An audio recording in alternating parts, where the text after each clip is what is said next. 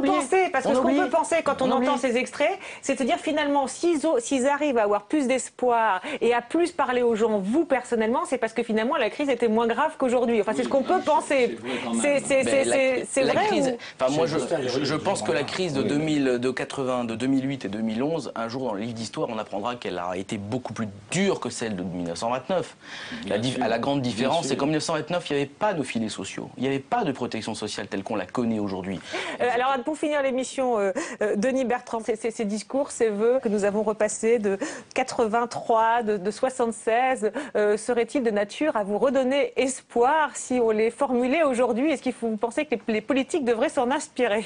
Si on compare l'emploi de la formule par Giscard d'Estaing des rhumatismes de l'histoire avec celle de François Mitterrand sur le vieillissement de notre appareil industriel, les deux emploient la même métaphore de l'âge, du vieillissement.